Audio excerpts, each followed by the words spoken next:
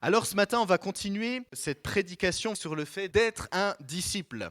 On va justement aller un peu plus loin parce que être un disciple, c'est une excellente chose, mais il faut comprendre la mission qui est donnée aux disciples et qui est donnée à l'Église. Et je crois qu'il est important que nous ayons la vision du royaume de Dieu dans cette chose-là. Vous savez que dans le royaume de Dieu, il y a des règles. Dans le royaume de Dieu, il y a une logique surnaturelle. Dans le royaume de Dieu, il y a des principes à adopter. Et on va voir un de ces principes ce matin.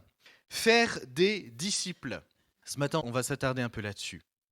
Être un disciple qui fait des disciples, qui eux-mêmes font des disciples, qui eux-mêmes font des disciples, ça dure depuis 2000 ans, donc je pourrais durer longtemps comme ça. Mais être un disciple qui fait des disciples. Dans Matthieu chapitre 28, verset 16, il est dit, c'est Jésus qui parle, « Tout pouvoir m'a été donné dans le ciel et sur la terre.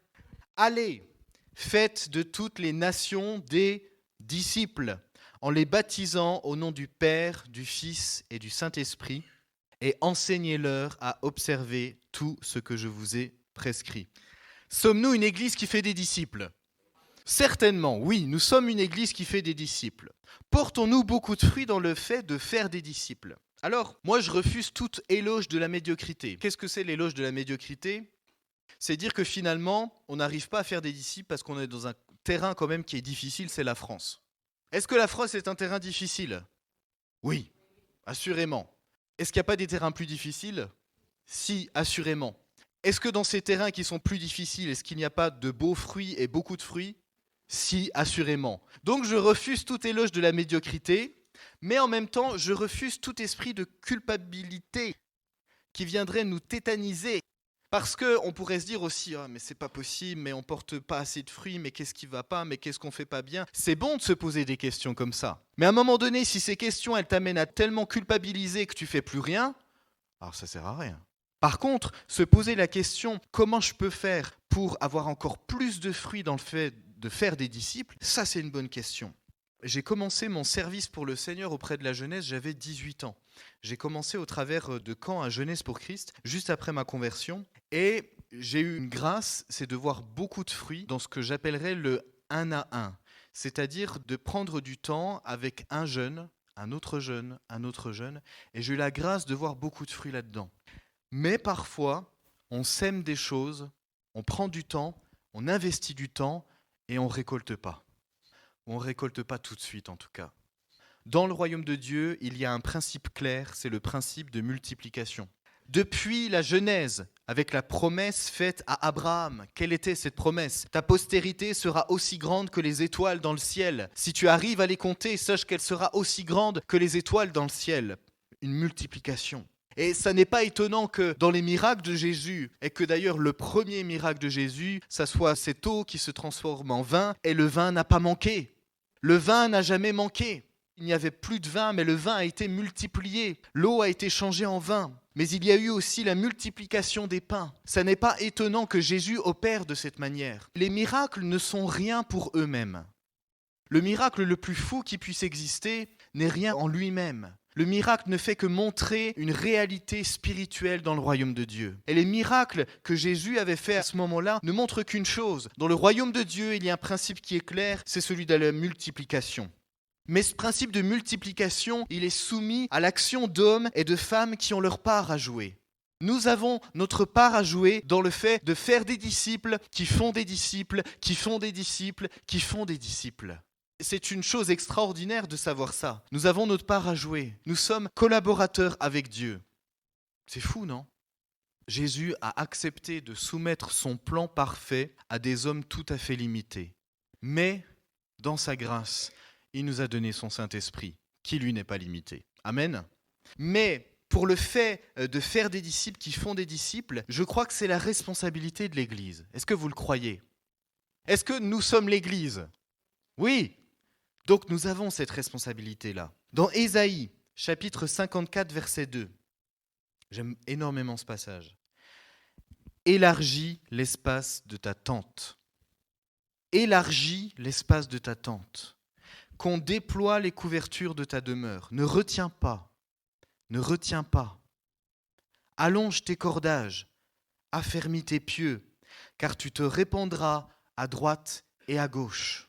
Élargi, c'est un ordre.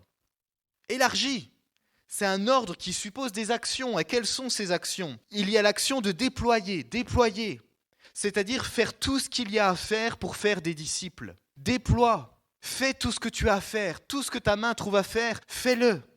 Il y a l'action de ne pas retenir, ne retiens pas, c'est-à-dire ne freine pas celui qui est passionné. Ne freine pas celui qui est passionné par le royaume de Dieu. Ne freine pas celui qui a envie d'évangéliser. Ne freine pas celui qui a envie de louer. Ne freine pas, Église, ne freine pas. Ne freine pas celui qui parle de peur d'éteindre le feu qu'il a reçu. Combien, hélas, je ne sais pas si vous connaissez Johannes Armitzer, je lisais un passage de son livre où il dit qu'il se convertit, tout jeune converti, il va dans une église et il dit grosso modo qu'il a failli lâcher la foi. Alors qu'il était un jeune converti rempli de feu, et aujourd'hui c'est un des fils spirituels de Reinhard Bonnke, il a les mêmes fruits. Il décrit cette église, et il la décrit, mais quelle tristesse, c'était une église qui était morte, mais une église morte n'apporte pas la vie à ceux qui se convertissent. N'éteins pas, ne retiens pas. Et puis il y a une action d'affermir. Qu'est-ce que ça veut dire ? La tente qu'est l'église locale, cette tente, si on la déploie, si on ne la retient pas, mais si on n'affermit pas les pieux, la tente ne tiendra pas si ceux qui sont appelés à être des colonnes dans l'église ne sont pas affermis. Nous avons besoin, dans notre église locale, d'avoir des colonnes. Et ces colonnes ont besoin d'être affermies dans le sol, fortement, parce que ces colonnes-là sont appelées à tenir toute la tente. Et si une colonne, c'est pour ça que j'aime beaucoup cette image, mais si un pieu ne résiste pas, qu'est-ce qui se passe ? Mais un seul pieu ne tient pas, vous n'avez plus de tente. Vous n'avez plus de tente. Il y a une tempête qui vient, il y a un orage qui vient, il y a de la pluie qui vient, vous aurez des soucis. Peut-être qu'un quart de la tente va tenir, mais je vous garantis qu'elle sera mouillée à un moment donné.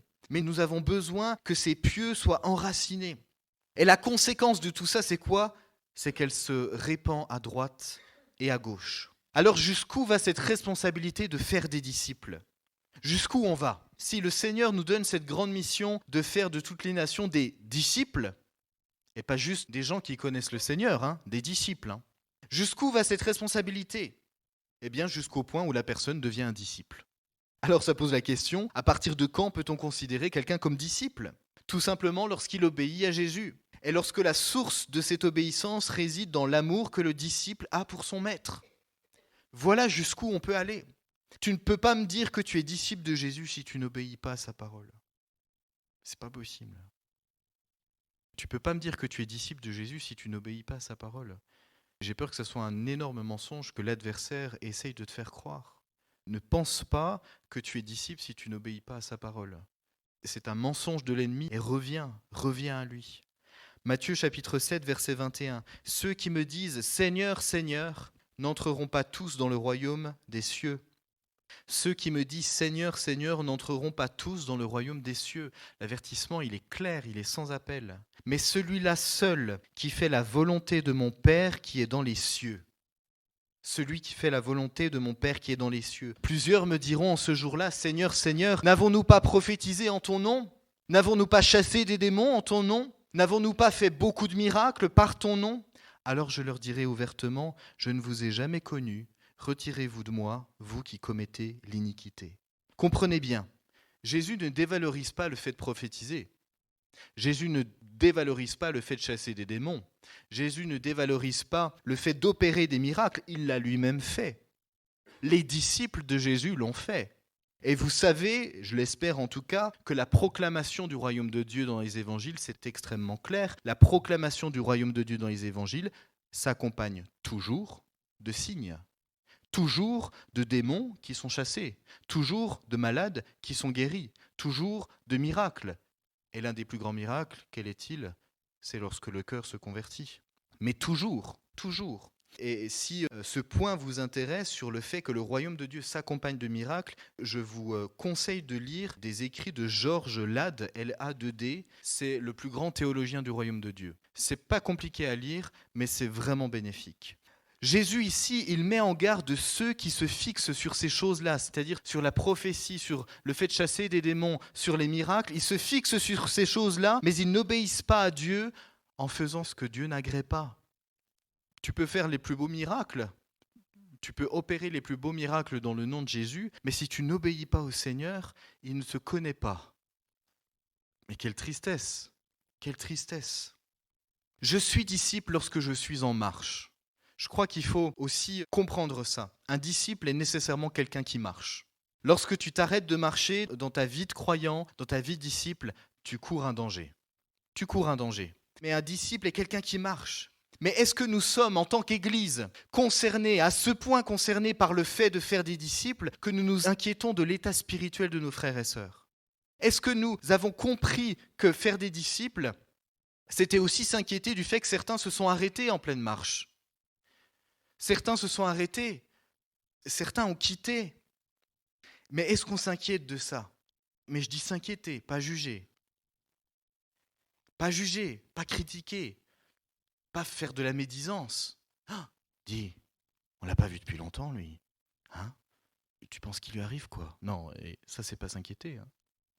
Ça, c'est pas une bonne motivation. Il faut qu'on ait cette inquiétude, mais c'est la même inquiétude qu'il y a dans le cœur de Dieu. Lorsqu'un de ses enfants s'arrête en plein chemin, vous croyez que Dieu réagit comment ? Et je crois qu'il y a de l'inquiétude. Parce qu'il sait potentiellement ce qui peut arriver. Est-ce que nous avons cette inquiétude-là ? L'Église doit être une Église qui fait des disciples. Donc ça veut dire que l'Église n'est pas là pour se faire du bien à elle-même. Tu n'es pas là le dimanche matin pour te faire des guili-guili et pour rentrer chez toi. Ni pour faire des guili-guili à ton voisin. Des guili-guili, ça peut être drôle, ça peut faire du bien sur le moment, mais ça sert concrètement à rien. L'Église n'existe pas pour elle-même. L'Église existe pour qu'elle puisse s'agrandir, pour que le royaume de Dieu puisse avancer, pour que d'autres rejoignent l'Église, que l'Église grandisse et qu'elle fasse des disciples qui font des disciples. C'est la grande mission qui a été donnée à l'Église. Si on passe à côté de cette mission, on loupe tout. On loupe tout. Vous savez quelle est ma plus grande frustration ? Ma plus grande frustration, c'est le temps. Je ne sais pas si vous l'avez déjà, cette frustration. Mais ma plus grande frustration, c'est le temps. Je n'ai pas assez de temps pour faire tout ce que je crois qu'il faut faire. Je n'ai pas assez de temps pour tout faire ce que je crois qu'il faudrait le faire. Mais tu sais quoi, c'est une excellente nouvelle. Parce que ça veut dire que j'ai besoin de toi. J'ai besoin de toi. J'ai pas assez de temps.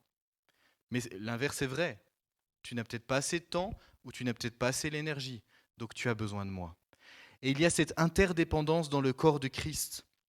Il y a cette interdépendance. Nous formons un corps, nous devons former un corps qui est en bonne santé. Et un corps qui est en bonne santé, c'est un corps qui est en mouvement pour Dieu.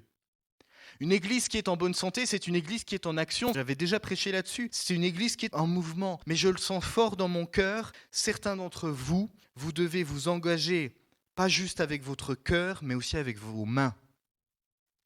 C'est une pensée forte dans mon cœur. Certains d'entre vous, vous avez à cœur l'Église et c'est bien et c'est bon. Certains d'entre vous, vous avez même à cœur de prier, vous avez à cœur de faire des disciples, vous avez à cœur ces choses-là. Mais vos mains, qu'est-ce qu'elles font ? C'est ce que Paul disait entre la foi et les œuvres. J'ai la foi, toi tu as les œuvres, mais moi je vais te montrer ma foi par mes œuvres. Et il doit y avoir le cœur qui est engagé, mais les mains doivent être engagées aussi. Nous devons nous investir, pas pour trouver une place, pas pour être reconnus, mais pour faire chacun notre part dans le fait de faire des disciples. Alors concrètement parlant, parce qu'il faut aller au concret ce matin, faire des disciples de manière concrète, ça ressemble à quoi ? Qu'est-ce que c'est ? Qu'est-ce que ça veut dire ? Alors, faire des disciples, ça peut être des choses qui sont parfois très organisées. Je me souviens que lorsque j'étais responsable jeunesse à la Porte Ouverte, on avait mis en place un parcours de discipulat. C'était centré pour les jeunes et sur 8 mois, on avait mis ça en place. Chaque jeune avait un coach personnel qu'il voyait une fois par mois sur une thématique donnée. C'était l'identité en Christ, c'était le salut, c'était le Saint-Esprit. Chaque thématique, chaque mois, pendant 8 mois. Et chaque jeune avait un coach personnel, avait un rendez-vous une fois par mois. Et puis on avait 3 rassemblements où on était tous ensemble et on discutait et on enseignait sur certains sujets. Ça, voilà, c'est une chose très organisée. C'est une chose qui est excellente parce qu'elle a porté du fruit. Ça, c'est une chose qui est organisée. Et je crois que organiser des choses, tant que ces choses apportent la vie, c'est une excellente chose. Amen. Je crois que l'Église est faite aussi pour ça. Lorsque on est ensemble, lorsque l'on se réunit ensemble, lorsque l'on peut organiser des choses comme celle-ci qui portent du fruit, c'est bon et c'est excellent. L'essentiel, c'est que ça apporte la vie. Mais je crois aussi que faire des disciples passe par des choses tout à fait informelles. Parce que faire des disciples, ça peut se traduire par un café. Ça peut se traduire par prendre un café avec un frère ou une sœur. Ça peut se traduire par une discussion. Parfois juste une parole qui est ponctuelle, mais qui est donnée au bon moment par le Saint-Esprit et qui va faire grandir ce frère ou cette sœur dans la foi. Parfois, ça sera un message que tu vas envoyer. Mais par pitié, pas juste le dimanche matin au culte.